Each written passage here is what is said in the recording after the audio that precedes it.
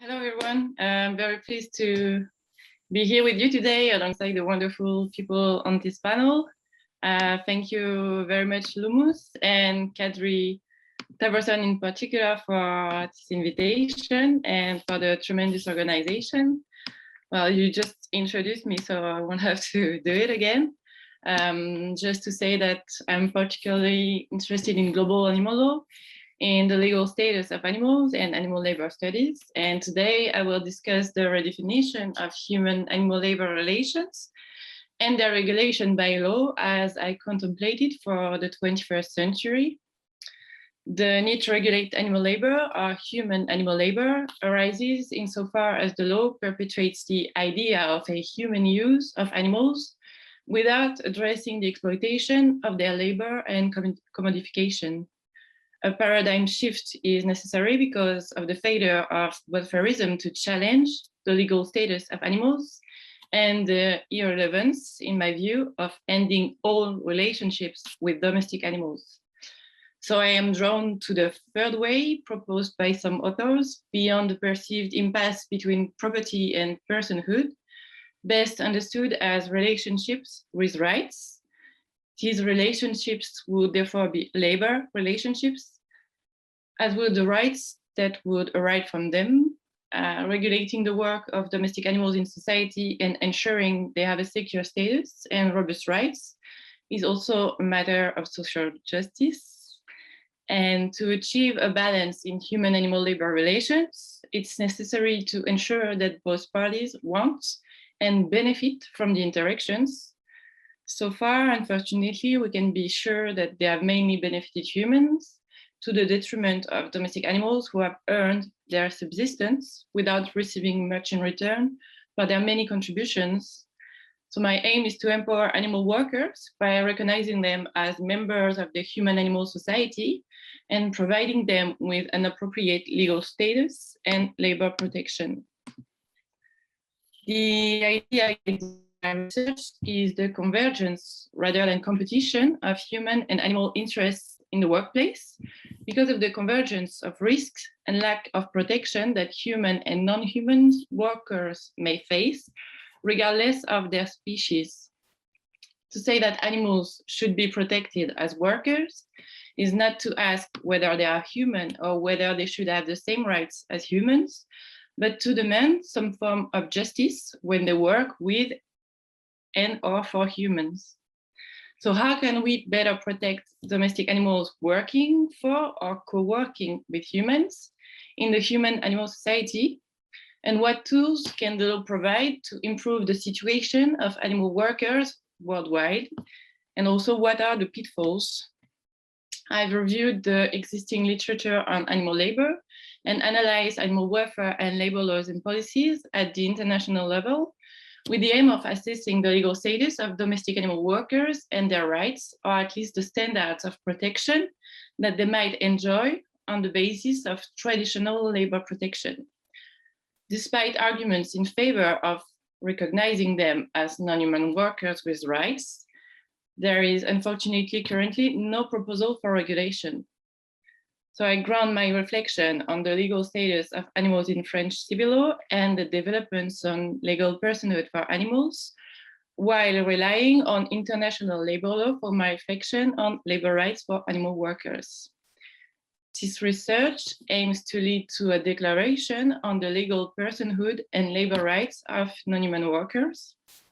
And I will limit myself to talking about domestic animals that work for or with humans, without denying that wild animals also work.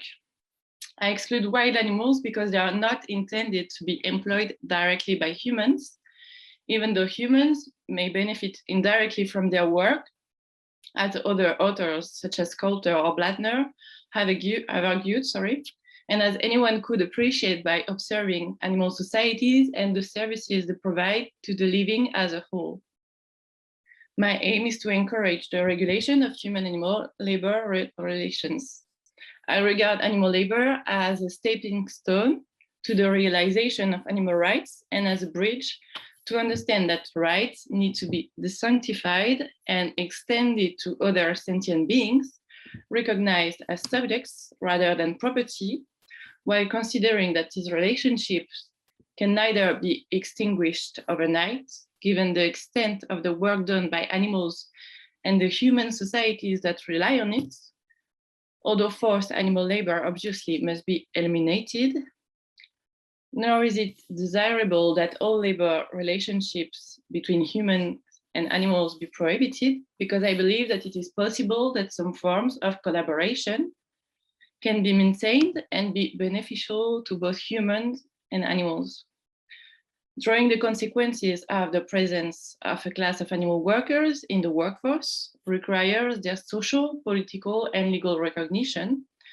The first step in this triptych is legal reform, insofar as restrictions must be placed on the employment of animals for work to limit it to what I call virtuous forms of animal labor that promote genuine collaboration between humans and animals and are compatible with their fundamental interests and welfare. Finally, I will conclude with a discussion of the opportunities and limits of the regulation of human-animal labor, because not all work is good for animals, nor does animal exploitation amount to animal labor. So first, it is crucial from the humanist conception of work, while the regulation of animal labor would necessarily imply its legal definition. Humans have deliberately omitted that animals work.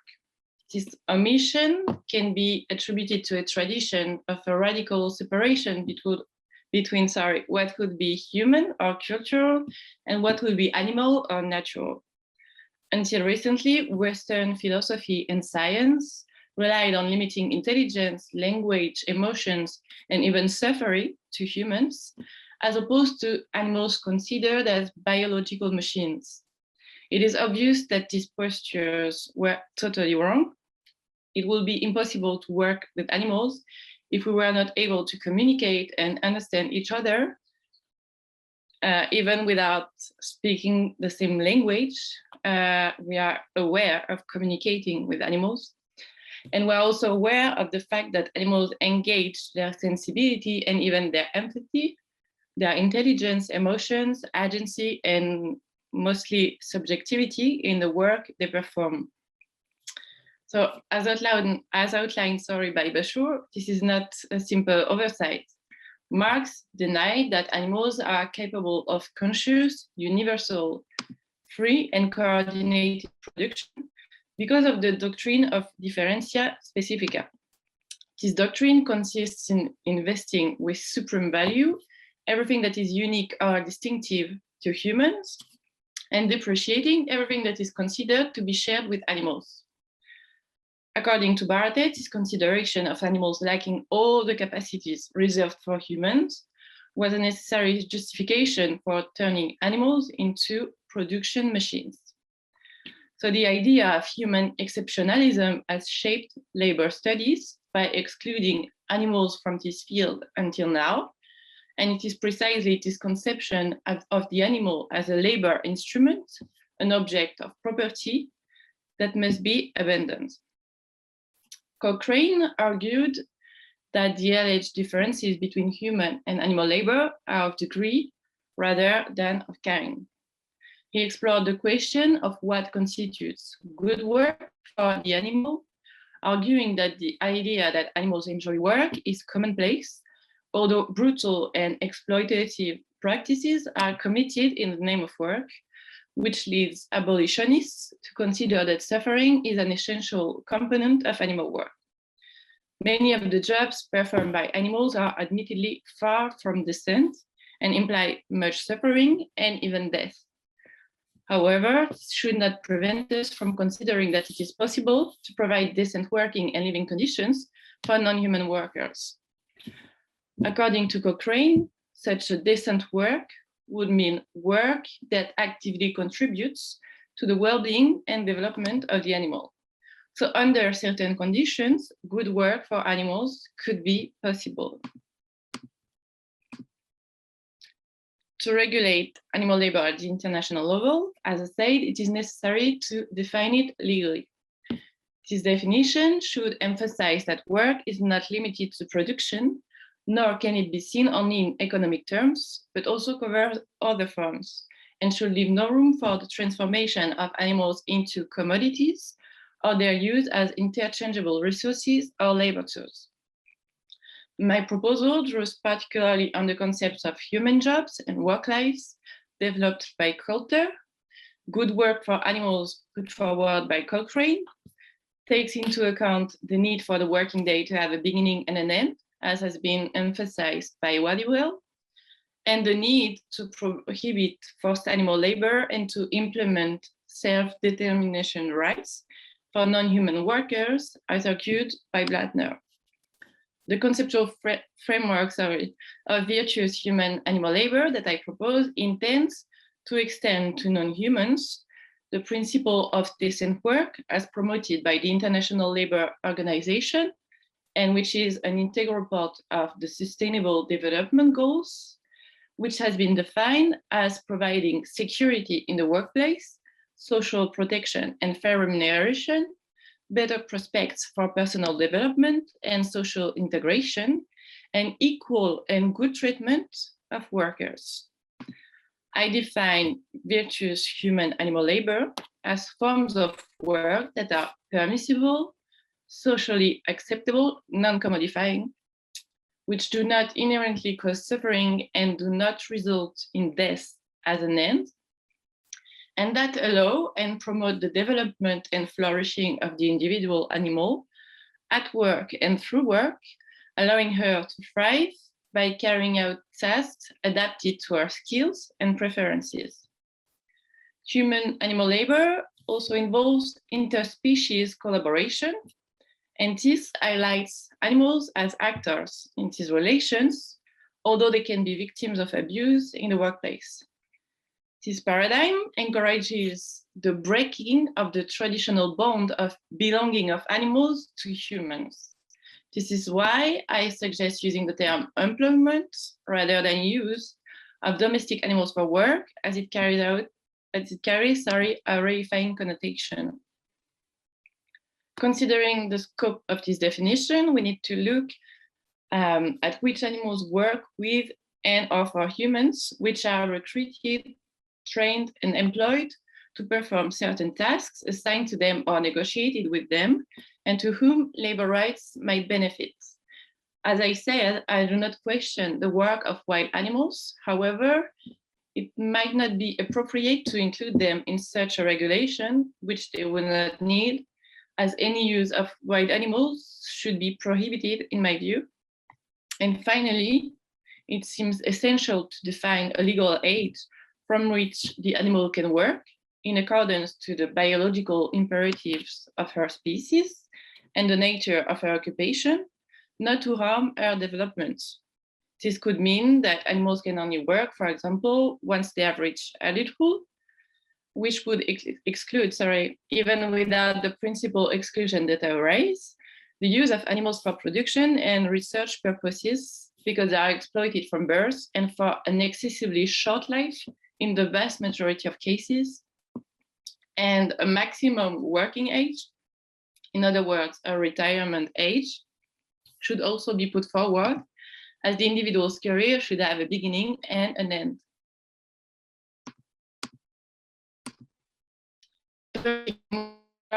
Responsible workers in many activities that humans would not be able or willing to perform.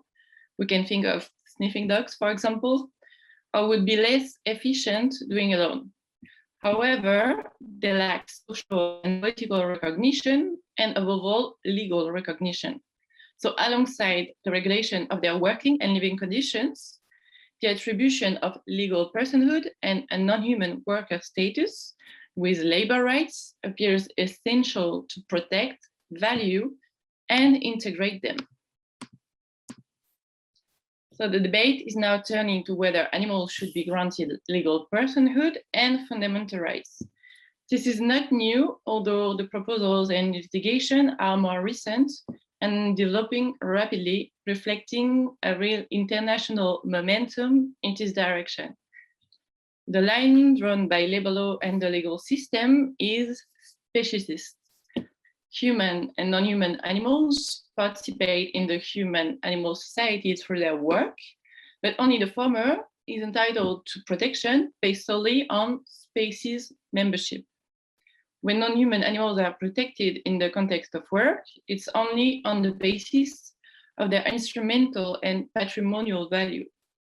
However, on closer examination, and despite the fact that animal labor has been overlooked by the law, I consider that through domestication, the animal worker status might be the oldest status ever created by man for animals without ever being consecrated. According to Porcher, indeed, domestication was the insertion of animals into human labor.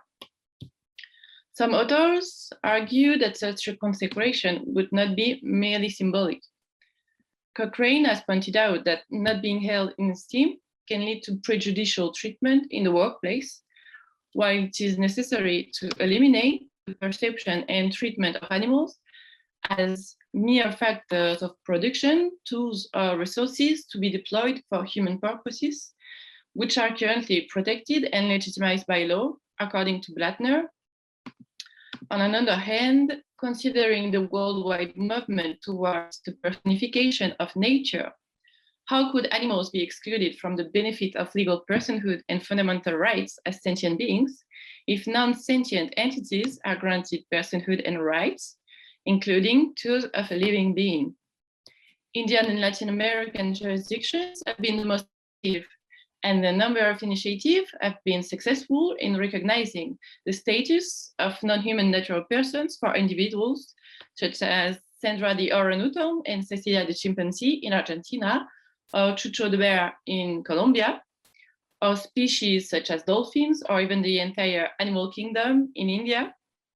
And the Non-Human Rights Project is also multiplying litigation in the United States and eventually in other commonwealth countries in favor of the recognition of legal personhood and fundamental rights for animals, for certain individuals selected on the basis of cognitive criteria in order to break down the legal wall that still opposes the entry of animals as persons in law. By the way, Happy the Elephant would be the first habeas corpus case to be heard in an English-speaking jurisdiction. To come back to our animal workers, they are deprived of labor rights because they are not persons. So we may wonder what meaning should be given to this notion, given the reluctance to admit that animals are persons too. The notions of natural and legal person should not be confused with the notion of human person. As Rio, for example, has pointed out, for many people, it's still difficult to conceive of animals as legal persons because it's the status that they seem to believe is attached to the human person. However, he reminds us that despite such prejudices, the notion of person has not been constructed in reference to the human person alone throughout history, mentioning in particular Roman law, and the construction of legal persons as a legal fiction. It's therefore inaccurate to claim that animals cannot be granted legal personhood on the grounds that it is attributable only to human beings. In French law, and by extension in the civil systems that welcome the Napoleonic Code, an avant-garde doctrine is proposed by Rio and Rega, authors of the Toulon Declaration. The proposed status of non-human natural person for animals aspires to be in line with the tradition of law, preserving the summa divisio between persons and things. This new architecture will consist in the insertion of a book 1 bis in the French Civil Code, entitled Non-Human Natural Persons. Title 1 of this book would concern companion animals, Title 2, Animals Related to a Fund, divided into 3 chapters according to 3 subcategories. Production, entertainment, experimentation, while Title 3 would concern wild animals. So the animals related to a fund would be those domestic animals that are economically useful to humans. The 2 subcategories relating to domestic animals are therefore based on the type of relationship between companion animals and humans on the one hand, of affection, and animals related to a fund and humans on the other, of economic interest. So as regards domestic animals, I would find it opportune to add the category of non-human workers, This could be done by inserting Title II of the proposed Book 1bis on non-human workers, moving the animals related to a fund to Title III and wild animals under an additional Title IV. This additional category of non-human natural persons would be based on the labor relationship between humans and domestic animals, which is not systematically present in the case of so-called animals related to a fund, while work is not only accessible in terms of economic interests.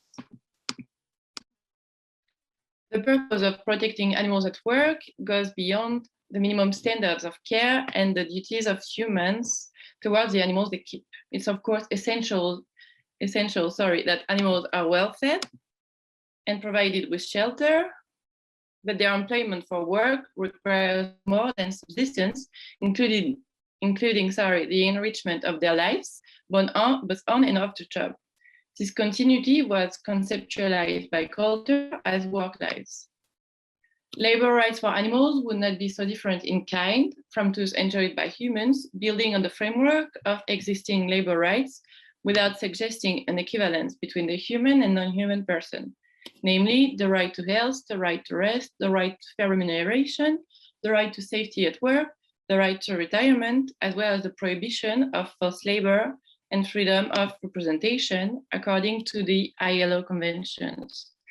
And in addition, by analogy, Article 7 of the Convention on Economic, Social, and Cultural Rights, which defines the right to the enjoyment of just and favorable conditions of work as ensuring remuneration that provides worker with a fair wage, decent living, safe and healthy working conditions, rest, leisure, and reasonable limitation of working hours, establishes a link between living and working conditions and could inform the contours of decent work for all workers.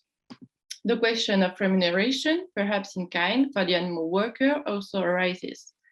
Whatever form it takes, animals should be entitled to some form of compensation for their work. Even in kind, this compensation for the work performed by any animal would only last as long as her career lasts, which raises the question of mutual benefit and reciprocity. I argue that the human employer's care obligation should extend beyond the end of the animal worker's career to implement her right to retirement, providing a meaningful return for her work and protecting her against the hazards of work and life, poverty, injury, illness, and old age. This is how extending labor rights to animals would contribute to improving their welfare as their living and working conditions are connected, providing that forced animal labor is prohibited. The transformative potential of animal labor, considered from a legal perspective under the proposal of a non-human worker status with labor rights, can challenge the status quo and help reshape human-animal relations. I believe that I need to conclude soon because I always speak too much. So I will try to go fast.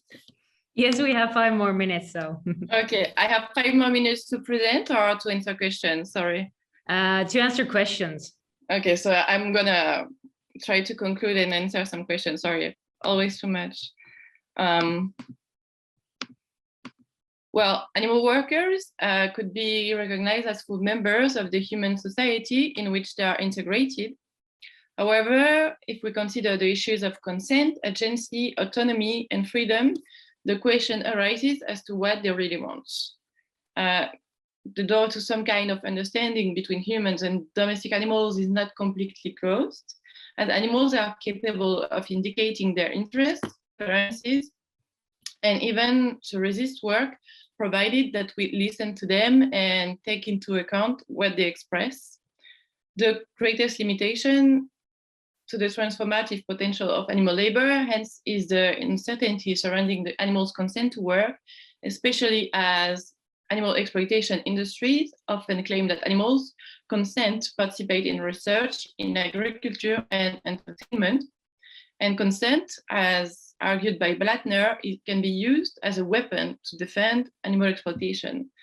However, I believe that animal labor, if properly regulated by the law, could have positive consequences for animals who could benefit from the fundamental right of all members of society to welfare. In this sense, the ideas put forward by Donaldson and Klimnica are very useful to rethink the political status of animals and human-animal relations. Concepts such as participation, citizenship, and membership can help redefine our relations with animals. In particular, the idea of relational or group differentiated rights based on the nature of the animal's relationship to human society is very promising in practice because relational rights would find a concrete application in the case of the animal worker, since labor and welfare rights could derive precisely from labor relations with humans. So the group of non-human workers, as a social and legal category, could benefit from rights by virtue of working with humans. Despite the opportunities offered by a reform of animal labor and the development of animal labor law that I argue for, an essential limit must be set concerning animal raised and killed for production, experimentation, or entertainment purposes. This is a thorny issue between wanting to open the breach to better protect as many animals as possible and opening Pandora's box by accepting the idea that being killed, eaten, raped, confined for life, tortured, made sick or disabled could be the socially acceptable work of some animals, on the assumption that it would be in their nature to be exploited and that it could not be otherwise. Misrepresenting the work done on the animals as the work done by the animals would be detrimental to these animals. So just sorry to interrupt you, Marie, but we only have one more minute. So I just wanted to thank you once again for this presentation. And there are also some questions in the chat. So if you will stay with us, then maybe you can attend to those and share your thoughts that you weren't able to share at the moment, or just maybe a few quick conclusion sentences. Sure, I'm concluding then. Well, as a conclusion, reconsidering human-animal relations from a labor perspective is a way forward because we could liberate domestic animals through work, not from work. The objection lies in what we call human-animal labor. Work and exploitation are two different things. The guide dog that provides a service can hardly be compared to the calf that is taken away from her mother, fattened and slaughtered, just as the life of a horse employed in animal-assisted therapy cannot be compared to that of a mouse dissected in a laboratory. Thank you very much for your attention, and I hope you enjoyed this conference. As usual, I planned too much and could not address everything, but I'd be happy to answer questions.